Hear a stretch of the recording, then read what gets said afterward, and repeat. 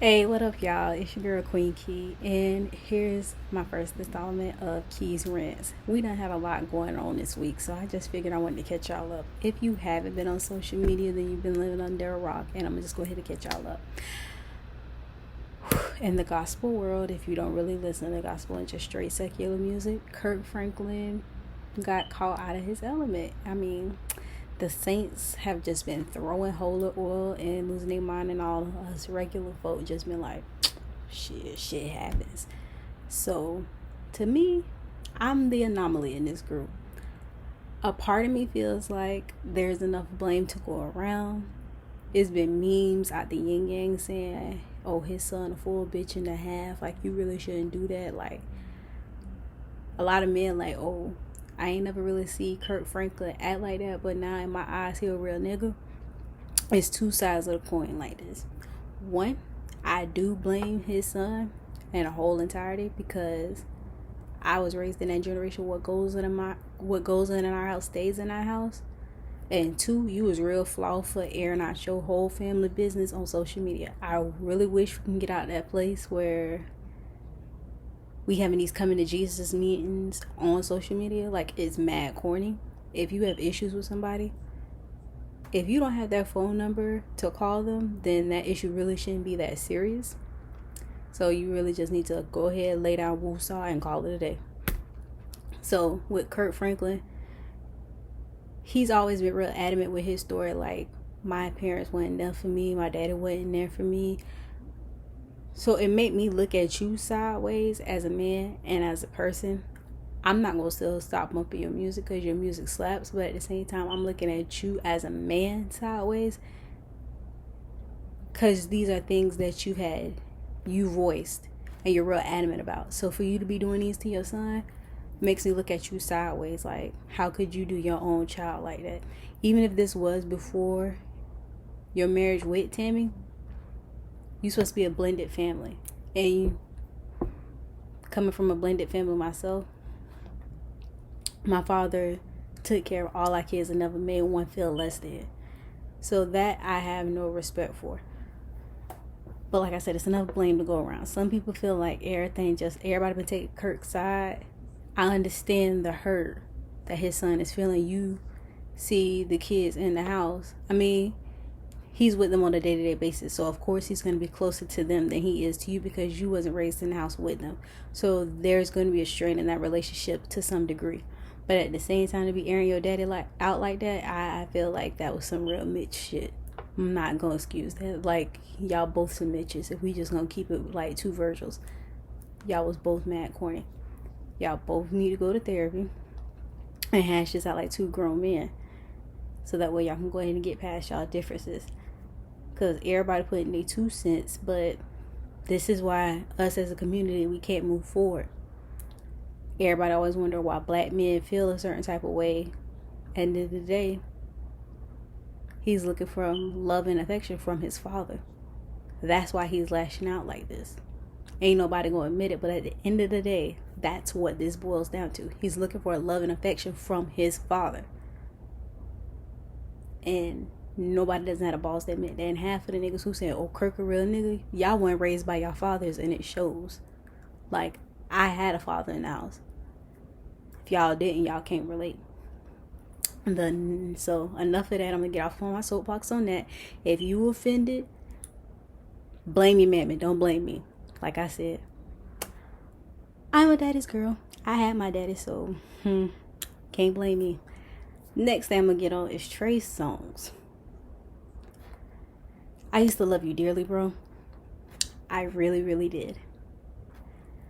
But this whole thing, this whole new wave of people spitting in each other's mouths is so repulsive and so disgusting on so many levels. I don't understand the whole new wave of it. I don't get it. And plus, we in a whole fucking pandemic. These females need a hug from Jesus.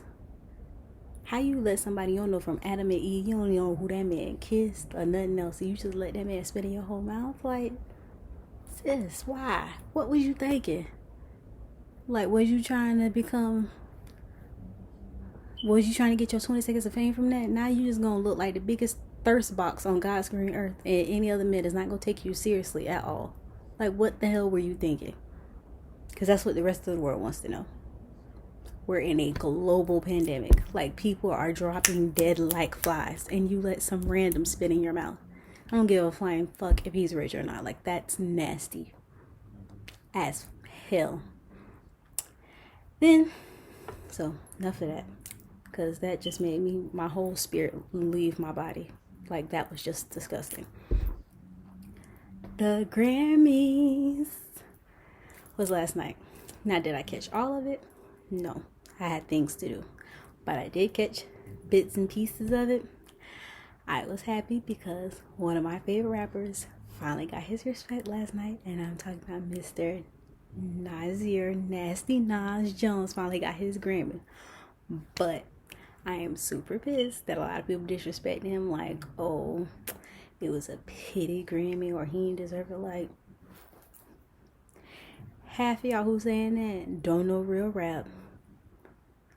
Bro got straight classics, and it was well deserved. And then King's Disease was his best body of work. Like, this is up there with like Illmatic. His last album was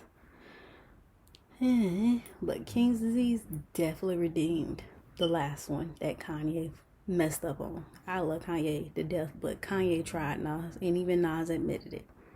He should definitely stay with Hit Boy on his next one, because him and Hit Boy is like Michael Jordan and Scottie Pippen. Like, the two of them together, yes. Other Grammy Award winners, it was nothing but ladies, and it's so fitting because this month is Women's History Month. But everybody is still in their feelings about this Grammy Awards thing, and I feel like this because I am a music writer and I'm black. I see it one of two ways. No one's going to admit this because Monique said it, but I'm gonna go ahead and reiterate what she said. Until black entertainers and black people in general start valuing our entertainment shows, we're not going to move forward. Black entertainers look for validation in white spaces. One, they don't understand our story.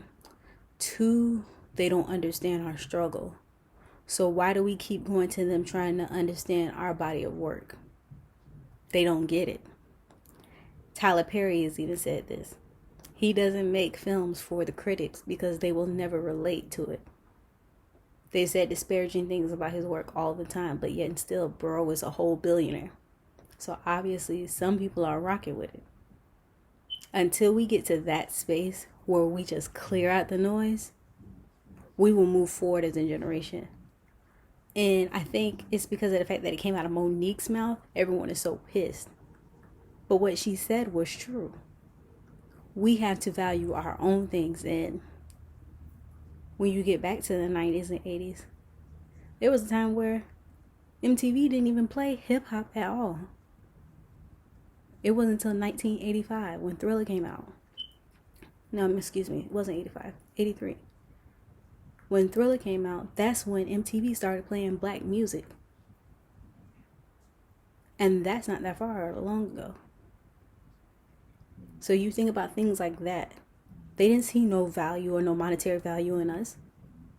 So if we take our power back, we can really change the game. But you keep saying, pick me, pick me, pick me.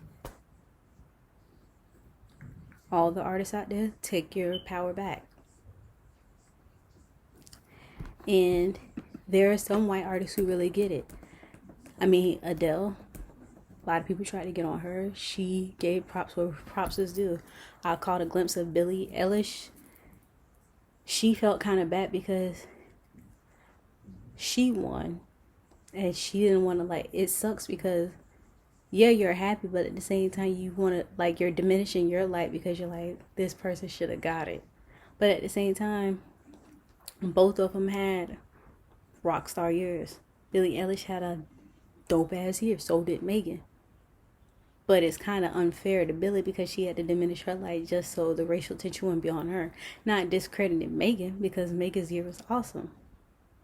But we'll, like, Megan did just win 3.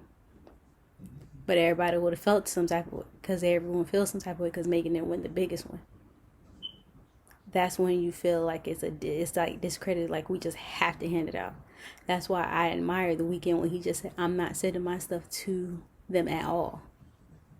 That takes balls, because it's like, you know what?